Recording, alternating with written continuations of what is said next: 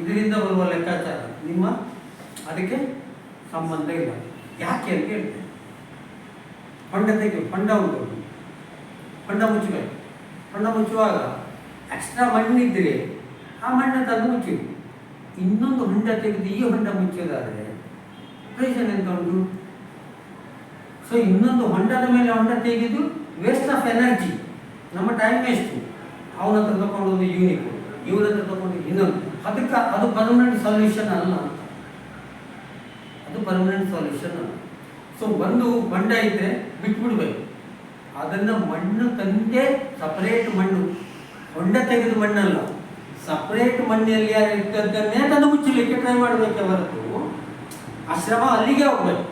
ಈಗ ನಿಮ್ಮ ಹತ್ರ ಒಂದು 5 ಲಕ್ಷ ಸಾಲ ಉಂಟು, ಅದಕ್ಕೆ ಕಟ್ಟಬೇಕೆಲ್ಲ ಹೇಳುವಾಗ ಇನ್ನೊಬ್ಬರ ಹತ್ರ ಸಾಲ ತಂದು ಕಟ್ಟುವುದಲ್ಲ.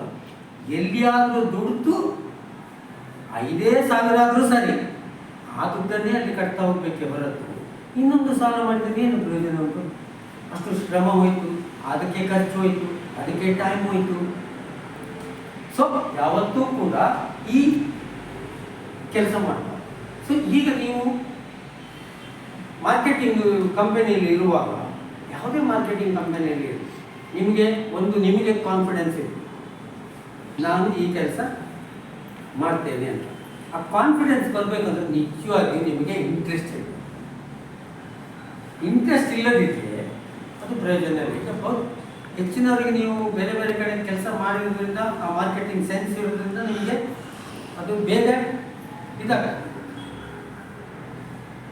ಆ ಇಂಟ್ರೆಸ್ಟೇ ಇಲ್ಲದಿದ್ದರೆ ನೀವು ಹೇಳಿಬಿಡ್ಬೇಕು, ನನಗೆ ಇಂಟ್ರೆಸ್ಟ್ ಇಲ್ಲ ಸರ್, ಇದು ಆಗಲಿಕ್ಕಿಲ್ಲ.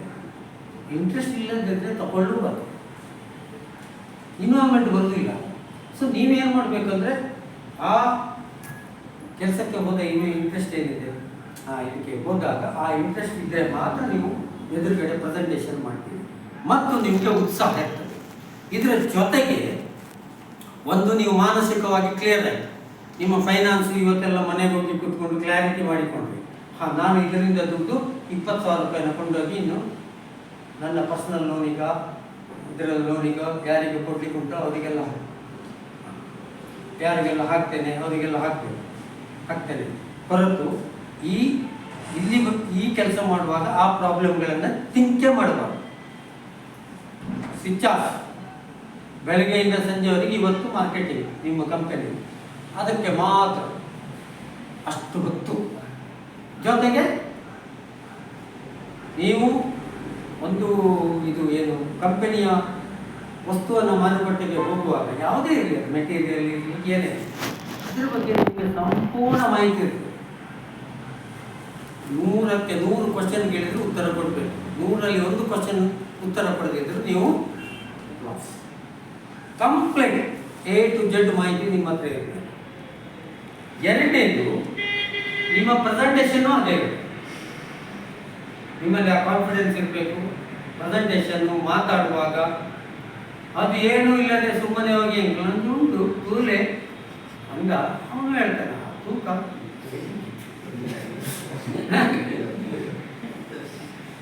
ನೀವು ತೂಲೆ ಹೇಳಿದ್ರೆ ಅವನು ತೂಕ ಅಂತ ಹೇಳ್ತಾನೆ.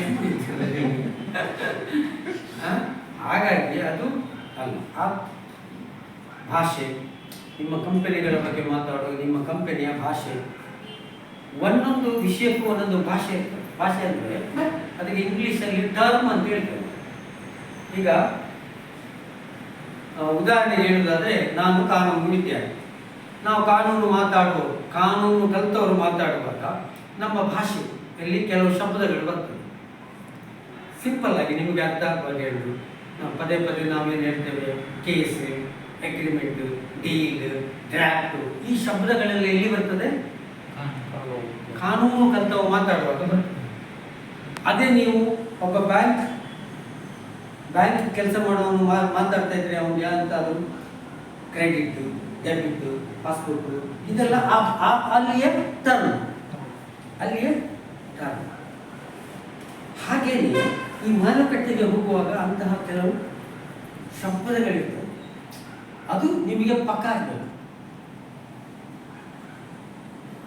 ಅರ್ಥ ಆಯ್ತಾ? ಆ ಶಬ್ದಗಳು ಆಗ ನೀವು ನಿಮ್ಮದೇ ಭಾಷೆಯಲ್ಲಿ ಮಾತಾಡ್ತಾ ಇದ್ದೀರಿ ಅಂತ. ನೀವು ಅದೇನು ಹೇಳದೆ ಏನೋ ಉದ್ದಕ್ಕೆ ಭಾಷಣ ಮಾತಾಡಿದರೆ ಇದಕ್ಕೆ ಸಂಬಂಧಪಟ್ಟ ಶಬ್ದಗಳೇ ಬರದಿದ್ದರೆ ನೀವು ಏನೋ ಮಾತಾಡ್ತಾ ಇದ್ದೀರಿ ಅಂತ ಅನಿಸ್ತದೆ. ಈಗ ಸೇಲ್ಸಿಗೆ ಹೋಗುವಾಗ, ಮಾರುಕಟ್ಟೆಗೆ ಹೋಗುವಾಗ ನೀವು ಕ್ವಾಲಿಟಿ, ಹೌದಾ, ಆಮೇಲೆ ಕ್ವಾಂಟಿಟಿ, ಅಲ್ಲೂ ಕೂಡ credit bill, debit bill, invoice ಅಲ್ವಾ, ಇಂಥದ್ದೆಲ್ಲ ಬರ್ತದೆ ಶಬ್ದಗಳು. ಬ್ಯಾಂಕ್ ಚಾಲನ್, ಇದೆಲ್ಲ ಶಬ್ದಗಳು ಬರ್ತದೆ. ಆ ಟರ್ಮಿನಾಲಜಿ ಗೊತ್ತಿದ್ರೆ ನೀವು ಪ್ರೊಫೆಷನಲ್ಲಿ ಸಕ್ಸಸ್ ಆಗ್ತೀರಿ. ನಾನು ಕೂಡ ನನ್ನ ಲೈಫಲ್ಲಿ ಸೇಲ್ಸಿಗೆ ಹೋದವನು. ಎಂಗೇಜ್ ಇದ್ದಾಗ ನಾನು ಉಪ್ಪಿನಕಾಯಿ ಮಾಡಲಿಕ್ಕೆ ಹೋಗ್ತೇನೆ. ಏನು ಸಿರ್ಸಿಯಲ್ಲಿ ಉಪ್ಪಿನಕಾಯಿ, ಅದನ್ನು ತಗೊಂಡು ನಾನು ಟೆಂಪೋದಲ್ಲಿ ಹಾಕ್ಕೊಂಡು ಸೇಲ್ಸಿಗೆ ಹೋಗ್ತಾ ಇದ್ದೆ. ಒಂದು ಚಾಲೆಂಜ್ ಬಂತು, ಶಿವಮೊಗ್ಗಕ್ಕೆ ಹೋಯ್ತು. ಯಾವ ಅಂಗಡಿ ಹೋದ್ರು ನಮ್ಮ ಡಬ್ಬಿ ಇಡ್ಲಿಕ್ಕೆ ಕೇಳಬೇಕು. ಅಲ್ಲ ಸರ್, ನೀವು ಮತ್ತೆ ದುಡ್ಡು ಕೊಡಿ. ಇಲ್ಲಪ್ಪ, ನಮಗೆ ಬೇಡ, ನಮ್ಮ ದುಡ್ಡು. ಅಲ್ಲಿ ಒಬ್ಬ ಶೇಟ್ ಉಪ್ಪಿನಕಾಯಿ ಮಾಡ್ತಾನೆ. ಅವನು ಫುಲ್ ಕವರ್, ಯಾರಿಗಲ್ಲಿ ಉಪ್ಪಿನಕಾಯಿ ತರಲಿಕ್ಕೆ ಬಿಡುದಿಲ್ಲ.